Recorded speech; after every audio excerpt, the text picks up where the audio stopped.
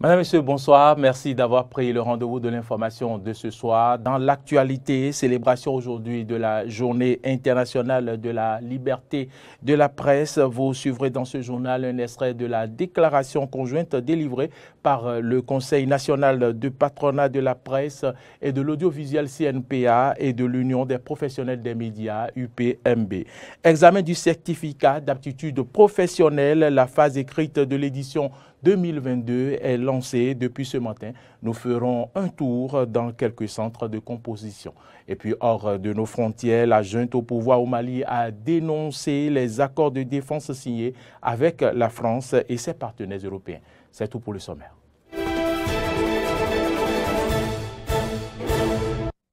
À toutes et à tous, bienvenue. Je vous l'annonçais en titre, le Bénin célèbre aujourd'hui la 31e édition de la Journée internationale de la liberté de la presse. La présente édition est placée sous le thème « Le journalisme sous l'emprise du numérique ». Pour marquer l'événement, le Conseil national du patronat de la presse et de l'audiovisuel CNPA et l'Union de l'audiovisuel et l'Union plutôt des professionnels des médias du Bénin, UPMB, ont fait une déclaration conjointe. Je vous invite à suivre ici un extrait de cette déclaration lue par Zakiat Latunji, présidente de l'UPMB. Le thème retenu pour la présente édition met en lumière l'impact du numérique sur la liberté d'expression, la sécurité des journalistes, l'accès à l'information et à la vie privée.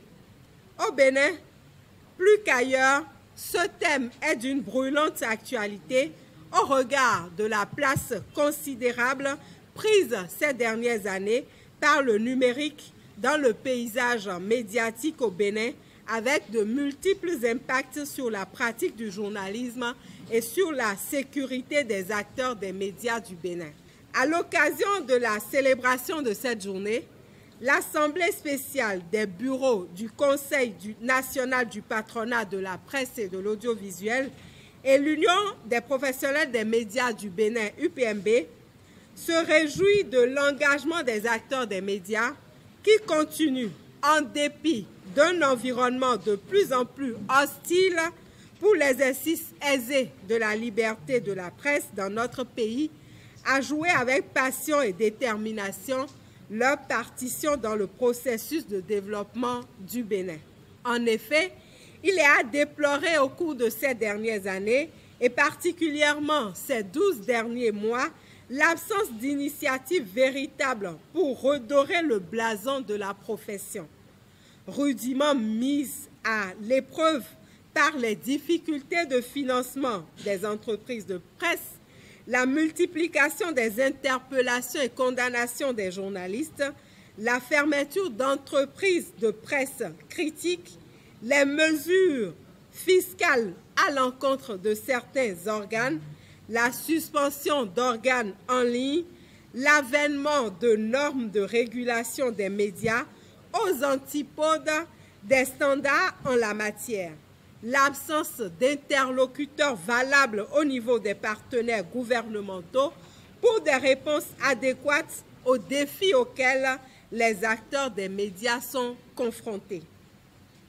Par ailleurs, la dégradation de la situation sécuritaire marquée par la multiplication des attaques terroristes contre notre pays a conduit à l'interpellation de nombreux journalistes dans la partie septentrionale qui, écoutés par les autorités judiciaires à la Cour de répression des infractions économiques et du terrorisme.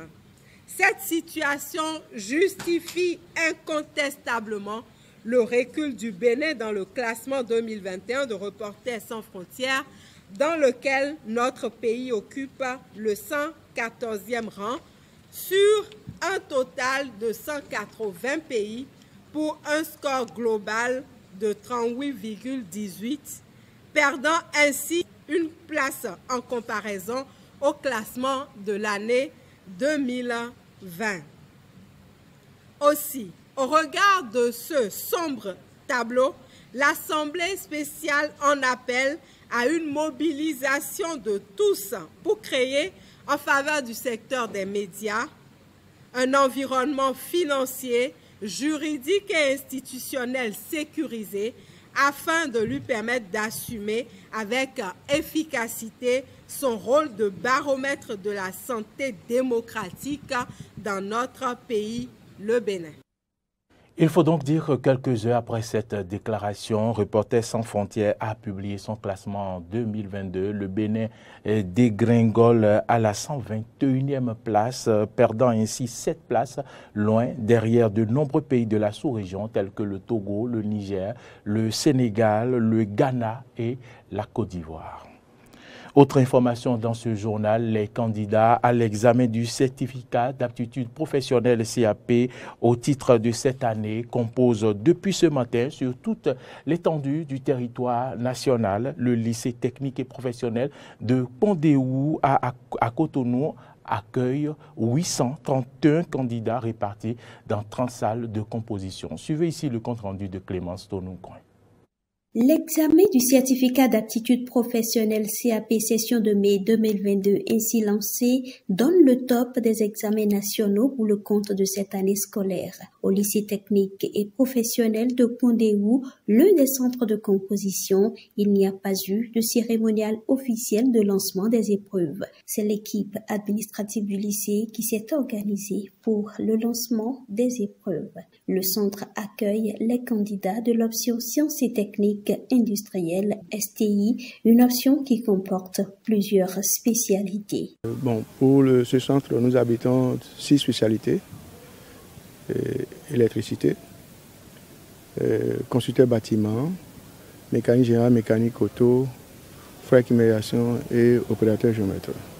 Ça fait globalement 831 candidats, dont 361 en électricité, 296 en CB, 38 en mécanique générale, 46 en mécanique auto et 41 en frais climatisation. C'est bien déroulé. Les candidats, on n'a pas encore enregistré de candidats venus en retard. Les suivants aussi sont venus, la plupart sont venus à l'heure. Vous avez constaté qu'on a lancé, il n'y a pas de problème. Avant le démarrage de la première épreuve, les surveillants de salle ont été entretenus sur les règles et principes de la surveillance afin de garantir un bon déroulement de l'examen. Notons que la composition dure 3 ou 4 jours selon les spécialités. Parlant toujours de l'examen du certificat d'aptitude professionnelle, allons à présent au lycée technique de l'amitié sino-béninoise d'Akasato qui a accueilli au total 794 candidats. Suivez ici le compte rendu de Frédéric Essoir-Oumambou. Lycée technique d'amitié sino-béninoise d'Akasato ce matin, un peu après 8 heures. Dans la cour et dans les travées, silence absolu, pas d'âme qui vive. Pourtant, dans les salles, ils sont là. Des candidats à l'examen du certificat d'aptitude professionnelle. Les yeux fixés sur la première épreuve du jour, ils creusent les méninges. Et pour s'en convaincre, le directeur départemental des enseignements secondaires, techniques et de la formation professionnelle fait le tour des classes et dope le moral aux candidats. C'est un examen comme tout autre examen. D'accord. L'épreuve qui passe, c'est que l'épreuve. Comme ça, c'est le bateau au mois 18. N'est-ce pas?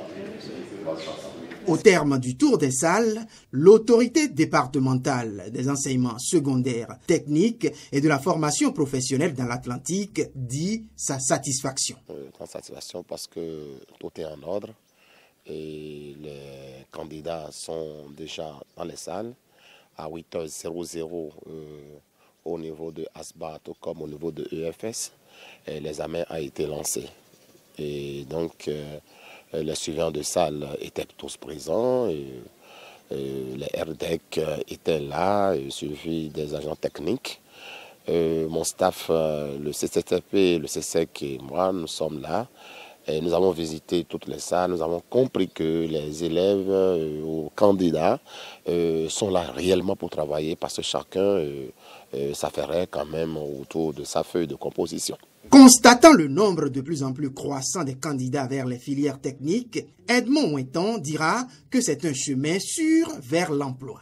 Il y a un point d'honneur, n'est-ce pas, qui est fait à l'enseignement technique parce que vous comprenez que quand les élèves sortent directement de là, eh bien, ils peuvent aller à l'entrepreneuriat. Ils peuvent se prendre eux-mêmes en charge. Et vous finissez l'enseignement général, eh bien, il faut encore l'université. Vous finissez l'université, eh bien, c'est l'accès au chômage. Il n'a pas manqué d'adresser un message à l'endroit des parents et des candidats. Je vais leur dire tout simplement que le Bénin a besoin d'eux. Je vais leur dire tout simplement que ce qu'ils composent aujourd'hui, là, c'est ça qu'ils vont appliquer demain. Nous sommes d'accord. Si aujourd'hui, les parents ont pu les envoyer dans un état technique, ils doivent se dire bravo aux parents et continuer à faire. Et je vais demander aux parents, ceux-là qui vont réussir aujourd'hui, eh bien, c'est le CAP qu'ils veulent avoir. Nous sommes d'accord. Il reste encore, n'est-ce pas, des diplômes après. Ils n'ont qu'à aider ceux-là qui vont vouloir continuer. Rappelons qu'ils sont 794 candidats au total, répartis dans 30 salles à composer dans ce centre.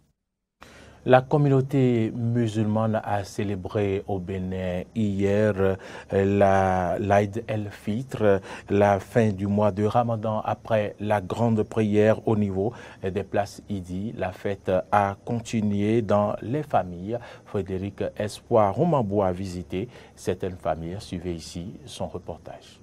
Jour de joie, jour de fête, ce 2 mai dans la famille de Issa Abdelaziz Naimi. C'est la fin du mois de Carême et en bon musulman, comme le recommande le prophète, le chef de famille se retrouve avec les amis et les voisins pour remercier Allah de les avoir conduits tout au long de ce mois de pénitence. Ce qui est recommandé pour ce jour de fête, c'est que le musulman doit faire des invocations pour remercier son Seigneur. Ce que nous avons commencé par faire très tôt le matin, et après cela, nous nous sommes lavés et nous nous sommes vêtus de nos plus beaux vêtements pour nous diriger sur le lieu de la grande prière. Et une fois là-bas, nous avons fait la prière et écouté le sermon de l'imam. Et ce n'est qu'à notre retour maintenant que nous pouvons festoyer comme cela se doit. Festoyer comme cela est recommandé. Et pour le faire, tout commence avec la patronne des lieux, Dame Aïssanat Issa. Dans la cuisine où elle est affairée, les enfants tournent autour d'elle. Quelque chose sur le feu mijote. Tout a commencé hier soir. Ce matin, on a commencé une partie. On a déjà préparé avant d'aller à la mosquée. Nous avons fait un petit quelque chose cassoulet que tout le monde aime. On a fait ça, on est parti à la mosquée autour de 8h30. Du retour, tout le monde a trouvé ce qu'il faut manger. Donc, c'est juste après ça, j'ai fait encore un petit mets que nous allons savourer tout à l'heure. Dans ce privilège de s'entourer des amis, un maître coranique des environs était sur les lieux et il n'a pas caché sa joie. On est très content. La fête se passe très bien. On a mangé en famille parce que c'est l'occasion. Ça vient une fois par an et quand on se retrouve entre les amis, vraiment on est en joie, on mange, on boit, on est content et on prie Dieu que Dieu fasse que l'année prochaine encore, que nous soyons encore ensemble.